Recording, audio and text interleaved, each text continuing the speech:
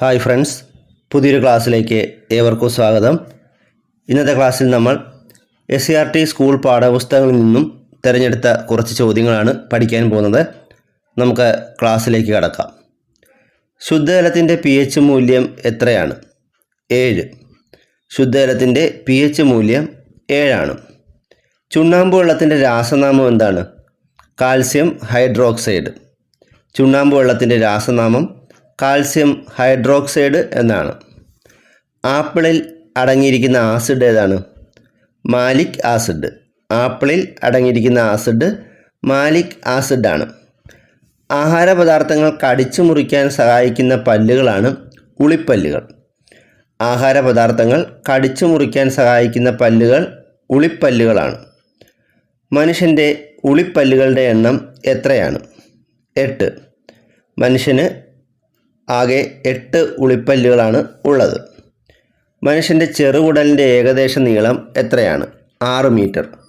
മനുഷ്യൻ്റെ ചെറുകുടലിൻ്റെ ഏകദേശ നീളം 6 മീറ്ററാണ്. ആഹാരത്തിൻ്റെ ദഹനം പൂർത്തിയാകുന്നത് എവിടെ വെച്ചാണ്? ചെറുകുടലിൽ.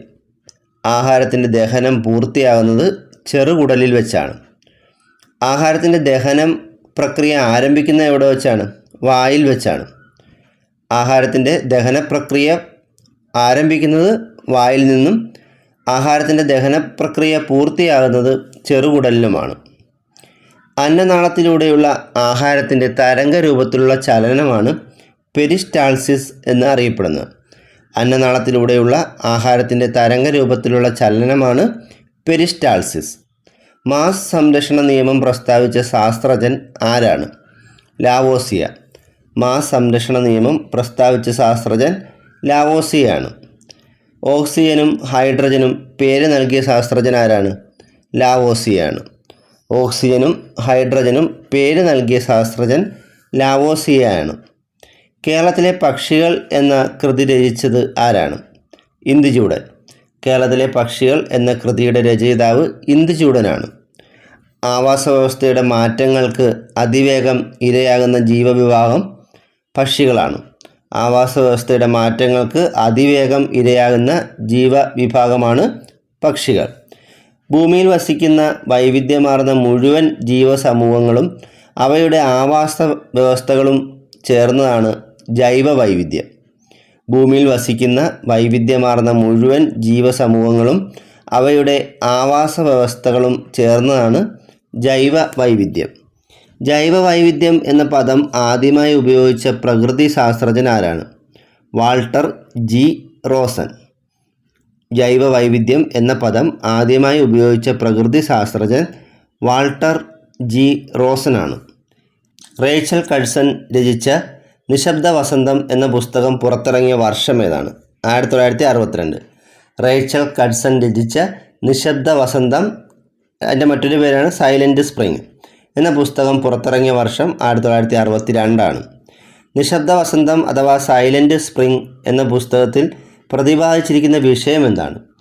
കീടനാശിനികൾ സൃഷ്ടിക്കുന്ന പാരിസ്ഥിതിക ആരോഗ്യ പ്രശ്നങ്ങളെക്കുറിച്ച് പരാമർശിക്കുന്നൊരു പുസ്തകമാണ് റേച്ചൽ കഴ്സൺ രചിച്ച നിശബ്ദ വസന്തം അഥവാ സൈലൻറ്റ് സ്പ്രിംഗ് എന്ന ബുക്ക്. അമേരിക്കയിൽ DDT നിരോധിക്കാൻ കാരണമായത് തന്നെ ഈ ഒരു പുസ്തകമാണ്. മനുഷ്യൻ്റെ ശരാശരി ഗർഭകാലം എത്രയാണ്? 270 മുതൽ 280 ദിവസം വരെ. മനുഷ്യൻ്റെ ശരാശരി ഗർഭകാലം 270 മുതൽ 280 ദിവസം വരെയാണ്. ലോകാരോഗ്യ സംഘടനയുടെ കണക്ക് പ്രകാരം കൗമാരകാലം എപ്പോഴാണ്? 11 വയസ്സ് മുതൽ 19 വയസ്സ് വരെ. ലോകാരോഗ്യ സംഘടനയുടെ കണക്ക് പ്രകാരം കൗമാരകാലം എന്ന് പറയുന്നത് 11 വയസ്സ് മുതൽ 19 വയസ്സ് വരെയാണ്. ഹീമോഗ്ലോബിൻ എന്ന വർണ്ണവസ്തു കാണപ്പെടുന്നത് ഏത് രക്താണുവിലാണ്? അരുണ രക്താണു. അരുണ രക്താണു അഥവാ ചുവന്ന രക്താണു. ഇതിലാണ് ഹീമോഗ്ലോബിൻ എന്ന വർണ്ണവസ്തു കാണപ്പെടുന്നത്. സ്വന്തം ശരീരത്തെക്കുറിച്ച് അതീവ ബോധം ഉളവാക്കുന്ന കാലഘട്ടം ഏതാണ്? കൗമാര കാലഘട്ടം. സ്വന്തം ശരീരത്തെക്കുറിച്ച് അതീവ ബോധം ഉള്ളവരാകുന്ന കാലഘട്ടം കൗമാര കാലഘട്ടമാണ്. ഭക്ഷണം കഴിക്കാത്തത് മൂലം ഭക്ഷണത്തോട് വിരക്തി ഉണ്ടാകുന്ന അവസ്ഥ അറിയപ്പെടുന്ന പേരെന്താണ്?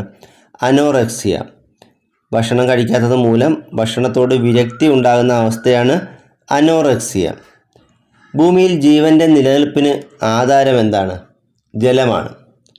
ഭൂമിയിൽ ജീവൻ്റെ നിലനിൽപ്പിന് ആധാരം ജലമാണ്.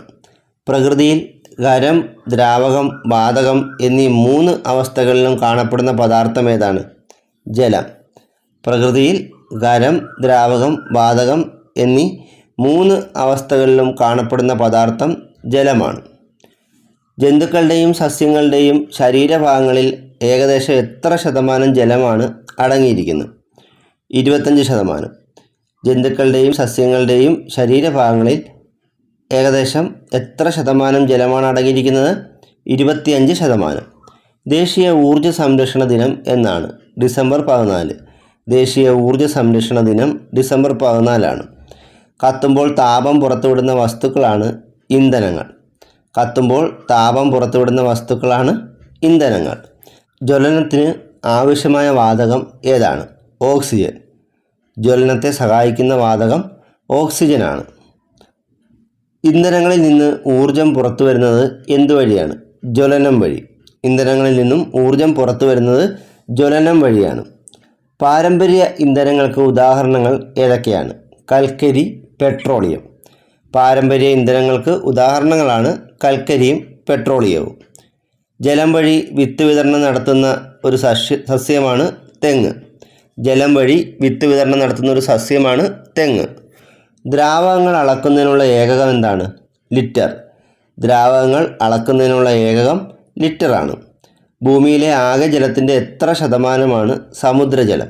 96.5%. ഭൂമിയിലെ ആകെ ജലത്തിൻ്റെ 96.5% സമുദ്രജലമാണ്. ഭൂമിയിലെ ആകെ ജലത്തിൻ്റെ എത്ര ശതമാനമാണ് ശുദ്ധജലം? 3.5%. ഭൂമിയിലെ ആകെ ജലത്തിൻ്റെ 3.5% ശുദ്ധജലത്തിൻ്റെ അളവ്. കേരളത്തിൻ്റെ ശരാശരി വർഷപാതം എത്രയാണ്? 300 സെൻറ്റിമീറ്റർ. കേരളത്തിൻ്റെ ശരാശരി വർഷപാതം, അതായത് മഴയുടെ തോതാണ് ഈ വർഷപാതം എന്ന് പറയുന്നത്. കേരളത്തിൻ്റെ ശരാശരി വർഷപാതം 300 സെൻറ്റിമീറ്റർ അഥവാ 3000 മില്ലിമീറ്ററാണ്. ഘ്രാണശക്തി ഏറ്റവും കൂടിയ ജീവി ഏതാണ്? സ്രാവ്. ഘ്രാണശക്തി ഏറ്റവും കൂടിയ ജീവി സ്രാവാണ്. കേരളത്തിൽ ഏറ്റവും കൂടുതൽ കാണപ്പെടുന്ന ഗോത്ര സമൂഹം പണിയർ എന്ന ഗോത്ര വിഭാഗമാണ്. കേരളത്തിലെ ഏറ്റവും കൂടുതൽ കാണപ്പെടുന്ന ഗോത്ര സമൂഹം ഏതാണ്? പണിയർ.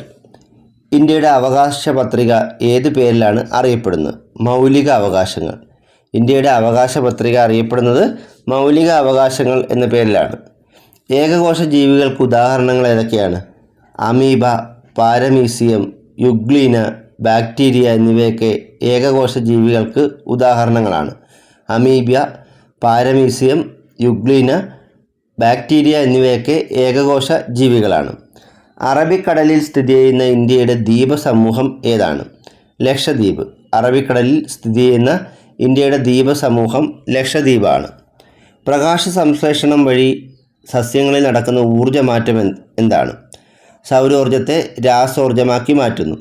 പ്രകാശ സംശ്ലേഷണം വഴി സസ്യങ്ങളിൽ നടക്കുന്ന ഊർജ്ജമാറ്റമാണ് സൗരോർജ്ജത്തെ രാസോർജ്ജമാക്കി മാറ്റുന്നു. ചേനയിലും ചേമ്പിലുമൊക്കെ പരാഗണം നടത്തുന്ന ജീവി ഏതാണ്? ഈച്ച. ചേനയിലും ചേമ്പിലുമൊക്കെ പരാഗണം നടത്തുന്ന ജീവി ഈച്ചയാണ്. പ്രായപൂർത്തിയായ ഒരു ഇന്ത്യക്കാരൻ ഒരു ദിവസം എത്ര ഗ്രാം പച്ചക്കറികൾ കഴിക്കണം? 295 ഗ്രാം. പ്രായപൂർത്തിയായ ഒരു ഇന്ത്യക്കാരൻ ഒരു ദിവസം 295 ഗ്രാം പച്ചക്കറിയെങ്കിലും കഴിക്കണം. വൈറ്റമിൻ ഡിയുടെ അപര്യാപ്തത മൂലം ഉണ്ടാകുന്ന രോഗം ഏതാണ്? കണ. വൈറ്റമിൻ ഡിയുടെ അപര്യാപ്തത മൂലമുണ്ടാകുന്ന ഒരു രോഗമാണ് കണ. കണ എന്ന രോഗം ബാധിക്കുന്നത് ഏത് അവയവത്തെയാണ്? അസ്ഥിയെ. കണ രോഗം ബാധിക്കുന്നത് അസ്ഥിയെയാണ്. ഒരു ഭക്ഷ്യശൃംഖലയിലെ ആദ്യത്തെ കണ്ണി ഹരിത സസ്യങ്ങളാണ്. ഒരു ഭക്ഷ്യശൃംഖലയിലെ ആദ്യത്തെ കണ്ണി ഹരിത സസ്യങ്ങളാണ്. ഒരു ഭക്ഷ്യശൃംഖലയിലെ അവസാനത്തെ കണ്ണി ആരാണ്? മാംസഭോജികളാണ്. ഒരു ഭക്ഷ്യശൃംഖലയിലെ ആദ്യ കണ്ണി ഹരിത സസ്യങ്ങളും അവസാനത്തെ കണ്ണി മാംസഭോജികളുമാണ്. നക്ഷത്രങ്ങൾ മിന്നുന്നതായി തോന്നുന്നതിന് കാരണം എന്താണ്? അപവർത്തനം. പ്രകാശത്തിൻ്റെ അപവർത്തനം മൂലമാണ് നക്ഷത്രങ്ങൾ മിന്നുന്നതായി തോന്നുന്നത്. ഭൂമിയുടെ ഏറ്റവും അടുത്തുള്ള നക്ഷത്രം ഏതാണ്? സൂര്യനാണ്. ഭൂമിയോട് ഏറ്റവും അടുത്തുള്ള നക്ഷത്രം സൂര്യനാണ്. എന്നാൽ സൂര്യൻ കഴിഞ്ഞാൽ ഭൂമിയോട് അടുത്തുള്ള നക്ഷത്രം ഏതാണ്? Proxima Centauri. ഭൂമിയോട് ഏറ്റവും അടുത്തുള്ള നക്ഷത്രം സൂര്യനാണ്. സൂര്യൻ കഴിഞ്ഞാൽ ഭൂമിക്ക് അടുത്തുള്ള നക്ഷത്രം പ്രോക്സിമ സെഞ്ചുറിയാണ്. ഇന്നത്തെ ക്ലാസ് ഇവിടെ അവസാനിച്ചിരിക്കുകയാണ്. കൂടുതൽ അറിവുകളുമായി മറ്റൊരു ക്ലാസ്സിൽ വീണ്ടും കാണാം. Thank you.